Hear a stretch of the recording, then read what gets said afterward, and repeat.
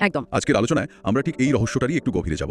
আমাদের হাতে কিছু উৎস আছে যা আমাদের বাংলা ভাষার একেবারে জন্ম লগ্নে নিয়ে যাবে, আর এই পুরো জার্নির কেন্দ্রে আছে মাত্র একটা বই, চর্যাপদ। ঠিক তাই। আর ব্যাপারটা এমন যে ডক্টর মোহাম্মদ শহীদুল্লাহ বলছেন প্রাচীন যুগ শুরু ৬৫০ খ্রিস্টাব্দ থেকে। ৬৫০ থেকে। আবার ডক্টর সুনীতি কুমার চট্টোপাধ্যায় বলছেন না, ৯৫০ খ্রিস্টাব্দ থেকে। মানে প্রায় ৩০০ বছরের ফারাক। ৩০০ বছরের ফারাক। এই বিতর্কটাই কিন্তু বিষয়টাকে দারুণ মজার করে তোলে, কারণ এই বিশাল সময়কালের মানে প্রায় ৫০০-৬০০ বছরের সাহিত্যিক প্রমাণ হিসেবে আমাদের হাতে আছে শুধু ওই একটাই পুঁথি। ভাবা যায় একটা মাত্র সূত্র দিয়ে একটা গোটা যুগের রহস্য ভেদ করতে হবে। একেবারে একটা ডিটেকটিভ স্টোরির মতো। তাহলে চলুন এই হাজার বছরের পুরনো কেসটা একটু সলভ করার চেষ্টা করা যাক। আমাদের আজকের মিশন হলো কি এই চর্যাপদ, কারা লিখেছিলেন এই কোডেড মেসেজগুলো, আর সবচেয়ে বড় কথা হারিয়ে যাওয়ার প্রায় হাজার বছর পর কিভাবে এই গুপ্তধন আমাদের হাতে এসে পৌঁছালো। আচ্ছা, তো প্রথমেই একদম গোড়ার প্রশ্নে আসি। এই যে আমরা চর্যাপদ বলছি, জিনিসটা আসলে কি? एसबीआई के एग्जाम में स्मार्ट बच्चे कैलकुलेशन नहीं ट्रिक यूज करते हैं। आपको 3 डिजिट को 3 डिजिट से गुना करना है, मल्टीप्लाई। কি এটা কি কবিতার বই, গানের খাতা, নাকি কোনো ধর্মীয় গোপন নির্দেশিকা? আসলে তিনটেই। চর্যাপদ হলো বৌদ্ধ সহজিয়া সাধকদের লেখা কিছু গানের সংকলন। ও, গানের সংকলন। হ্যাঁ, চর্যা শব্দের মানে হলো আচরণীয় বা সাধনার পদ। সহজ কথায় এগুলো একই সঙ্গে উচ্চমার্গের কবিতা, আধ্যাত্মিক গান, আবার সাধনার গোপন সংকেত বটে। আচ্ছা। পাল আর সেন রাজাদের সময়ে এগুলো লেখা হয়েছিল। মানে ওপর থেকে দেখলে মনে হবে সাধারণ কিছু কবিতা, কিন্তু ভেতরে লুকিয়ে আছে গভীর দর্শন। আর সবচেয়ে অবিশ্বাস্য ব্যাপার হলো এটা লেখার প্রায় হাজার বছর পর খুঁজে পাওয়া গেছে। হাজার বছর পর। মানে কেউ জানতই না যে বাংলা ভাষার প্রথম নিদর্শন বলে কিছু একটা আদৌ আছে। এর আবিষ্কারের গল্পটাই তো একটা আস্ত সিনেমা হতে পারে। অবশ্যই হতে পারে। আর এই সিনেমার নায়ক হলেন মহামহোপাধ্যায় হরপ্রসাদ শাস্ত্রী। কিন্তু গল্পের শুরুটা তারও আগে। 1882 সাল নাগাদ রাজা রাজলেন্দ্রলাল মিত্র তার একটা বইটার নাম ছিল সংস্কৃত বুদ্ধিস্ট লিটারেচার ইন নেপাল। আচ্ছা। সেখানে তিনি প্রথম ইশারা দেন যে নেপালে এমন কিছু পুরনো বৌদ্ধ পুঁথি থাকতে পারে। তিনি কয়েকটার নামও উল্লেখ করেন। তার মানে ডিটেকটিভ একটা ক্লু পেয়ে গেল। একদম। সেই সূত্রটাকে আঁকড়ে ধরলেন হরপ্রসাদ শাস্ত্রী। উনি বুঝতে পারছিলেন এই পুঁথিগুলোর মধ্যে একটা বড় রহস্য লুকিয়ে থাকতে পারে। তিনি একবার নয়, বেশ কয়েকবার নেপালে গেলেন। তখনকার দিনে নেপালে যাওয়াটা কিন্তু আজকের মতো সহজ ছিল না। না, একেবারেই না। অনেক কাঠখড় পুড়িয়ে অবশেষে 1907 সালে তিনি নেপালের রাজ দরবারের লাইব্রেরি থেকে একসঙ্গে 4টে পুরনো পুঁথি উদ্ধার করেন। 1907 সালে? হ্যাঁ। ধুলোর আস্তরণের নিচে যে কি সম্পদ লুকিয়েছিল তা হয়তো তিনিও তখন কল্পনা করেননি। আর সেই 4টির মধ্যেই একটা ছিল চর্যাপদ। ঠিক। বাকিগুলো কি ছিল? বাকি 3টে পুঁথি ছিল অবহট্ট ভাষায় লেখা। সরোহাপাদের দোহা, কৃষ্ণপাদের দোহা আর ডাকার্ণব। সাহিত্য পরিষদ থেকে 1916 সালে একটা বই বের করা হলো। নাম দেওয়া হলো হাজার বছরের পুরানো বাংলা ভাষার বৌদ্ধ গান ও দোহা। আর এই বই প্রকাশের পরেই চারদিকে হইচই পড়ে গেল। তো বটেই। বাংলা ভাষার হাজার বছরের পুরানো চেহারাটা প্রথমবার সবার সামনে এলো। তাহলে শাস্ত্রীমশাই নেপাল রাজ দরবার থেকে এই পুঁথিটা তো জোগাড় করলেন, কিন্তু কলকাতায় এনে যখন খুললেন তখন তো নিশ্চয়ই মাথায় হাত। একদম। এ তো আজকের বাংলার মতো দেখতে নয়। এখানকার শব্দ, বাক্য গঠন সবই তো হচ্ছে না। এই অদ্ভুত ভাষার রহস্যটা ভাঙা হলো কিভাবে? এখানেই তো আসল চ্যালেঞ্জটা শুরু হলো। হরপ্রসাদ শাস্ত্রী নিজে এর ভাষার একটা চমৎকার নাম দিয়েছিলেন, সান্ধ্য ভাষা। সান্ধ্য ভাষা? হ্যাঁ, বা আলো আধারী ভাষা। এটাকে একটা কোডেড ল্যাঙ্গুয়েজের মতো ভাবতে পারেন। আচ্ছা। ধরুন পদে বলা হচ্ছে নৌকা নিয়ে নদী পার হওয়া। বাইরে থেকে মনে হবে এটা একটা সাধারণ ঘটনা, কিন্তু এর ভেতরের মানে হলো দেহরূপ নৌকা দিয়ে সাধনার নদী পার হয়ে নির্বাণ লাভ করা। বাহ। প্রত্যেকটা সাধারণ শব্দের আড়ালে একটা গভীর আধ্যাত্মিক সংকেত লুকানো। বাহ, মানে কবিরা এমনভাবে লিখতেন যাতে সাধারণ মানুষ একটা মানে বুঝবে, আর যারা সাধক তারা এর ভেতরের আসল অর্থটা ধরতে পারবে। বেশ রহস্যময়। একদম। কিন্তু অন্য গবেষকরা কি এই আলো আধারী তত্ত্বটা মেনে নিলেন? পুরোপুরি নয়। এখানে মূলত দুটো বড় শিবির তৈরি হয়ে গেল। একদিকে হরপ্রসাদ শাস্ত্রী একে আলো আধারী বা রহস্যের ভাষা বলছিলেন, যা এর আধ্যাত্মিক দিকটাকে তুলে ধরে। কিন্তু ভাষাবিদরা প্রশ্ন তুললেন এর ভৌগোলিক উৎসটা কি, ভাষাটা কোন অঞ্চলের। রাইট। তখনই ডক্টর মোহাম্মদ শহীদুল্লাহর মতো গবেষকরা বললেন এটা শুধু বাংলা নয়, এর মধ্যে আসামের ভাষারও প্রভাব আছে। তাই তিনি এর নাম দিলেন বঙ্গ কামরূপী।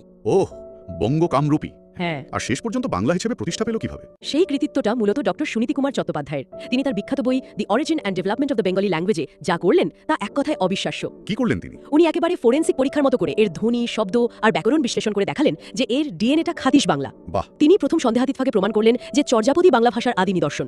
ভাষার বৈশিষ্ট্যগুলো নিশ্চয়ই খুব অদ্ভুত ছিল। খুবই মজার। যেমন ধরুন তখন এক বচন বা বহু বচনের কোনো আলাদা নিয়ম ছিল না। তাই নাকি? আবার স, স, স এই 3টে শয়ের মধ্যে উচ্চারণে কোনো পার্থক্য করা হতো না, সবই প্রায় একরকম শোনাতো। আচ্ছা। আর ছন্দটা ছিল মূলত পয়ার আর ত্রিপদীর মতো, যা আজকের দিনে আমরা মাত্রাবৃত্ত ছন্দের মধ্যে ফেলি। এর নাম নিয়েও তো একটা বিতর্ক আছে, তাই না? এক একজন এক এক নামে দেখেছেন। হ্যাঁ, নামের রহস্যটাও কম নয়। নেপালে যে মূল পুঁথিটা পাওয়া গিয়েছিল তার উপর লেখা ছিল চর্যাচর্য বিনিশ্চয়। চর্যাচর্য বিনিশ্চয়? হরপ্রসাদ শাস্ত্রী এই নামটাই ব্যবহার করেছেন। কিন্তু পরে ডক্টর প্রবোধচন্দ্র বাগচি তিব্বতের একটা অনুবাদ খুঁজে পান। সেই অনুবাদ দেখে তিনি বলেন আসল নামটা হওয়া উচিত চর্যাশ্চর্য বিনিশ্চয়, মানে যা আশ্চর্য সব চর্যা বা আচরণ। ইন্টারেস্টিং। তবে এখনকার বেশিরভাগ পণ্ডিত মনে করেন মূল সংকলনটার নাম সম্ভবত ছিল চর্যাগীতি কোষ। আচ্ছা, এবার আসা যাক সেই সব মানুষদের কথায় যারা এই অসাধারণ পদগুলো লিখেছিলেন। কারা ছিলেন এই কবিরা? তাদের সিদ্ধাচার্য বলা হতো, তাই না? একদম ঠিক। তাদের বলা হতো সিদ্ধাচার্য, মানে যারা সাধনায় সিদ্ধি বা চরম জ্ঞান লাভ করেছেন। তাদের সংখ্যা নিয়েও পণ্ডিতদের মধ্যে ছোটখাটো একখেলাফ আছে। ডক্টর মোহাম্মদ শহীদুল্লাহর মতে কবির সংখ্যা ছিল 23 জন আর পদ ছিল 50টা। আর অন্য মতটা? ডক্টর সুকুমার সেন মনে করেন কবির সংখ্যা 24 জন আর পদ ছিল 51টা। মানে খুব বেশি পার্থক্য নয়। না, এই সামান্য পার্থক্যটুকু বাদ দিলে মূল ছবিটা একই থাকে। আসলে পুঁথিটা তো অসম্পূর্ণ অবস্থায় পাওয়া গেছে, তাই এই ছোটখাটো মতভেদগুলো রয়ে গেছে। আচ্ছা, এই কবিদের মধ্যে কি কোনো স্টার বা রকস্টার ছিলেন, মানে এমন কেউ যার পদগুলো সবচেয়ে জনপ্রিয় বা গুরুত্বপূর্ণ ছিল?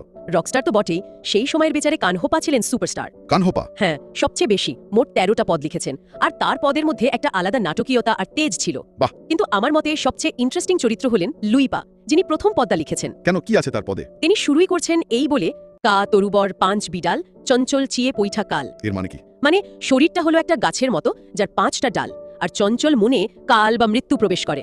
ভাবুন, শুরুতেই এমন একটা শক্তিশালী রূপক দিয়ে তিনি পুরো চর্যাপদের সুরটা বেঁধে দিয়েছিলেন। এক মিনিট, এটা তো দারুণ ব্যাপার। চঞ্চল মনে কাল প্রবেশ করে, এই কথাটা তো আজকের দিনেও 100% সত্যি। একদম। আমাদের এই যে সারাক্ষণ নোটিফিকেশন, ডিস্ট্রাকশনের যুগ, তাতে তো মন আরো বেশি চঞ্চল। তার মানে 1000 বছর আগেও মানুষ একই সমস্যায় ভুগছিল। ঠিক এইখানে চর্যাপদের প্রাসঙ্গিকতা। 1000 বছর আগের মানুষের মনের ভ্রান্ততা আর আজকের মানুষের মনের ভ্রান্ততার মধ্যে খুব বেশি তফাৎ নেই। তবে চর্যাপদের কবিদের মধ্যে একজন এমন একটা কথা বলে গেছেন যা সবকিছুকে ছাপিয়ে যায়। তিনি হলেন ভুসুকুপা। হ্যাঁ, এনার কথাই আমি বিশেষভাবে শুনেছি, কারণ তিনি নিজেকে বাঙালি বলে পরিচয় দিয়েছিলেন। এটা তো অবিশ্বাস্য। ঠিক তাই। আর এটা কিন্তু শুধু একটা শব্দ নয়, এটা একটা বিপ্লব। ভাবুন, সেই সময় মানুষের পরিচয় ছিল ধর্ম বা অঞ্চল দিয়ে, মগধের লোক, গৌড়ের লোক। ঠিক। কিন্তু ভুসুকুপা তার 49 নম্বর পদে লিখছেন, আজই ভুসুকু বঙ্গালী ভৈলি, নিও ঘরেনি চণ্ডালে লেলি। এর মানে? অর্থাৎ আজ ভুসুকু বাঙালি হলো। তিনি নিজেকে ভাষার পরিচয়ে বাঙালি বলছেন। এটা হলো পৃথিবীর ইতিহাসে ভাষা কেন্দ্রিক জাতিসত্তার প্রথম দিকের একটা নিদর্শন। তার মানে আমরা যেটাকে বাঙালি জাতীয়তাবাদ বলি, তার বীজটা হয়তো এই একটা লাইনের মধ্যেই লুকিয়েছিল। একেবারে। হয়তো তিনি সচেতনভাবে জাতীয়তাবাদের কথা ভেবে বলেননি, কিন্তু এই শব্দটা ব্যবহারের মধ্য দিয়ে তিনি একটা ভবিষ্যতের দরজা খুলে দিয়েছিলেন। ডক্টর মোহাম্মদ শহীদুল্লাহ মনে করতেন ভুসুকুপা সম্ভবত পূর্ববঙ্গের মানুষ ছিলেন। চর্যাপদে কি কোনো নারী কবির সন্ধান পাওয়া যায়? হ্যাঁ, এটা চর্যাপদের আরেকটা দারুণ দিক। কুক্কুরি পাকে চর্যাপদের একমাত্র নারী কবি হিসেবে মনে করা হয়। ও, কুক্কুরিপা। তিনি 3টি পদ রচনা করেছিলেন। এছাড়া সবরপা, ডম্বিপা, ঢেনঢনপার মতো আরও অনেক গুরুত্বপূর্ণ কবি ছিলেন। গবেষকরা সব মিলিয়ে প্রায় 7 জন কবিকে নিশ্চিতভাবে বাঙালি বলে চিহ্নিত করতে পেরেছেন। এই যে এত আধ্যাত্মিক কথা কোডেড ল্যাঙ্গুয়েজের বাইরে গিয়ে তাদের দৈনন্দিন জীবনযাত্রার কোনো ছবি কি এই পদগুলোর মধ্যে পাওয়া যায়? অবশ্যই, খুব স্পষ্টভাবে পাওয়া যায়। এখানেই চর্যাপদের আসল সৌন্দর্য। একদিকে যেমন গভীর দর্শন, তেমনই অন্যদিকে সাধারণ মানুষের দুঃখ, কষ্ট, দারিদ্র্য, সামাজিক রীতিনীতির প্রতিছবি। যেমন ঢেনঢনপা নামে একজন কবির পদে তৎকালীন সমাজের দারিদ্র্যের একটা হাড় কাঁপানো ছবি ফুটে উঠেছে। লাইনটা কি ছিল? তিনি লিখেছেন, তালা তো মোর ঘর নাহি পরে পেশি, হাড়ি তো ভাত নাহি নীতি আবেশি। এর মানে কি? অর্থাৎ টিলার উপর আমার ঘর, কোনো প্রতিবেশী নেই, হাড়িতে ভাত নেই, অথচ প্রতিদিনই অতিথি আসে। ভাবুন একবার, 1000 বছর আগের এক কবির কলমে কি অসম্ভব বাস্তব একটা ছবি। এটা শুধু কবিতা নয়, এটা একটা সামাজিক দলিল। অবিশ্বাস্য। दादू मेरी Google Gemini craziest fan contest की एंट्री है। Oh wow! थैंक्स दद्दू। অবিশ্বাস্য। এর থেকে বোঝা যায় তাদের জীবনযাত্রা কতটা কঠিন ছিল। আচ্ছা, এই পদগুলোর মধ্যে নাকি এমন কিছু প্রবাদ বাক্য পাওয়া গেছে যা আমরা হয়তো আজও ব্যবহার করি? হ্যাঁ, মোট 6টা প্রবাদ খুঁজে পাওয়া গেছে। আর সেগুলো শুনলে অবাক হতে হয় যে কথাগুলো কতটা আধুনিক। তাই? যেমন একটা হলো, আপনা মংসে হরিণা বৈরি। এর মানে তো নিজের মাংসই হরিণের জন্য শত্রু হয়ে দাঁড়ায়। এই প্রবাদটা তো আজও আমরা ব্যবহার করি, একদম। বিশেষ করে যখন কেউ নিজের গুণের কারণেই বিপদে পড়ে। ঠিক। আরেকটা শুনুন, দুষ্ট গরুর চেয়ে শূন্য গোয়াল ভালো। এটাও তো আমাদের খুব পরিচিত। হ্যাঁ, কর্পোরেট জগতে টক্সিক কলিগের ক্ষেত্রে এটা প্রায়ই ব্যবহার করা হয়। ভাবা যায় 1000 বছর ধরে কনসেপ্টটা একই রয়ে গেছে। বিলকুল। আরও একটা আছে, হাতের কাকন দেখার জন্য আয়নার প্রয়োজন হয় না। মানে যা স্পষ্টতা প্রমাণ করার দরকার নেই। একদম। এই প্রবাদগুলো প্রমাণ করে যে আমাদের ভাষার শিকড় কতটা গভীরে আর কতটা শক্তিশালী। তাহলে চর্যাপদ হলো প্রাচীন যুগের একমাত্র লিখিত সাহিত্যিক নিদর্শন। এর বাইরে কি আর কোনো কিছুর কথা জানা যায়? মানে সেই সময়ের মানুষেরা আর কি বলতো, কি ভাবতো, কোনো লোক কথার মতো কিছু? সরাসরি লিখিত সাহিত্য না হলেও ডাক ও খোনার বচনকে এই সময়ের কাছাকাছি রচনা বলে ধরা হয়। ও, ডাক ও খোনার বচন। হ্যাঁ, এগুলো মূলত লোক সাহিত্য, যা মানুষের মুখে মুখে ফিরিত। বিশেষ করে খনার বচনগুলো ছিল অসাধারণ। পুরোটাই কৃষি, আবহাওয়া আর জ্যোতিষ সংক্রান্ত জ্ঞান। একটা উদাহরণ দিলে ব্যাপারটা পরিষ্কার হবে। যেমন খুব বিখ্যাত একটা বচন হলো, কলা রুয়ে না কেটো পাত, তাতেই কাপড় তাতেই ভাত। এর মানে হলো, কলা গাছ লাগানোর পর তার পাতা কেটো না, কারণ ওই কলা গাছই তোমাকে সারা বছরের খোরাক আর বস্ত্রের যোগান দেবে। বাহ! এটা তৎকালীন কৃষিভিত্তিক সমাজের জ্ঞানের এক চমৎকার ব্যবহারিক উদাহরণ। কোনো বড় বই নয়, সহজ ছড়ার মাধ্যমে প্রজন্ম থেকে প্রজন্মান্তরে জ্ঞান ছড়িয়ে দেওয়া হতো। আর ডাকের বচন, খনার বচনের সঙ্গে এর মূল পার্থক্যটা কোথায়? ডাকের বচনে মানব চরিত্র, নীতিশিক্ষা আর জ্যোতিষের কথাই বেশি প্রাধান্য পেয়েছে। এগুলোকে অনেকটা জীবন দর্শনের সূত্র বলা যেতে পারে। আচ্ছা। যদিও এগুলো চর্যাপদের মতো লিখিত বা মার্জিত সাহিত্য নয়, কিন্তু প্রাচীন বাংলার সাধারণ মানুষের জীবনযাত্রা, তাদের বিশ্বাস আর চিন্তাভাবনা বোঝার জন্য এগুলো অমূল্য সম্পদ। তাহলে আজকের পুরো আলোচনাটা থেকে আমরা বাংলা সাহিত্যের একেবারে ডিএনএ লেভেলে পৌঁছে গেলাম। চর্যাপদের আবিষ্কারের সেই ডিটেকটিভ গল্প থেকে শুরু করে এর কোডেড ভাষা, তার ভেতরের সমাজ আর দর্শন, সব মিলিয়ে 1000 বছর আগের এক অস্পষ্ট কিন্তু জীবন্ত জগতের দরজা যেন খুলে গেল। চর্যাপদ শুধু বাংলা ভাষার প্রথম বই নয়, এটা 1000 বছর আগের বাঙালির মনের একটা এক্সরে প্লেট। বাহ! এর আলো আধারী ভাষার আড়ালে যে জীবনবোধ, যে সামাজিক বাস্তবতার ছবি লুকিয়ে আছে, তা আজও আমাদের নাড়িয়ে দেয়। ঠিক। একদিকে গভীর আধ্যাত্মিকতা, আরেকদিকে পেটের জ্বালা। এই দুইয়ের মেলবন্ধনই চর্যাপদকে কালজয়ী করে রেখেছে। আমাদের জন্য একটা ভাবনার বিষয় রেখে যাওয়া যাক। যখন চর্যাপদের কবি ভুসুকুপা নিজেকে বাঙালি বলে পরিচয় দিচ্ছেন, তিনি কিন্তু ধর্ম বা অঞ্চলের ঊর্ধ্বে উঠে ভাষার একটা পরিচয় তৈরি করছেন। একদম। সেই 1000 বছর আগে তৈরি হওয়া বাঙালি পরিচয়ের সাথে আজকের দিনে আমাদের পরিচয়ের যোগসূত্রটা ঠিক কোথায়, আর ভবিষ্যতে এই পরিচয়ের চেহারাটা কেমন হতে পারে?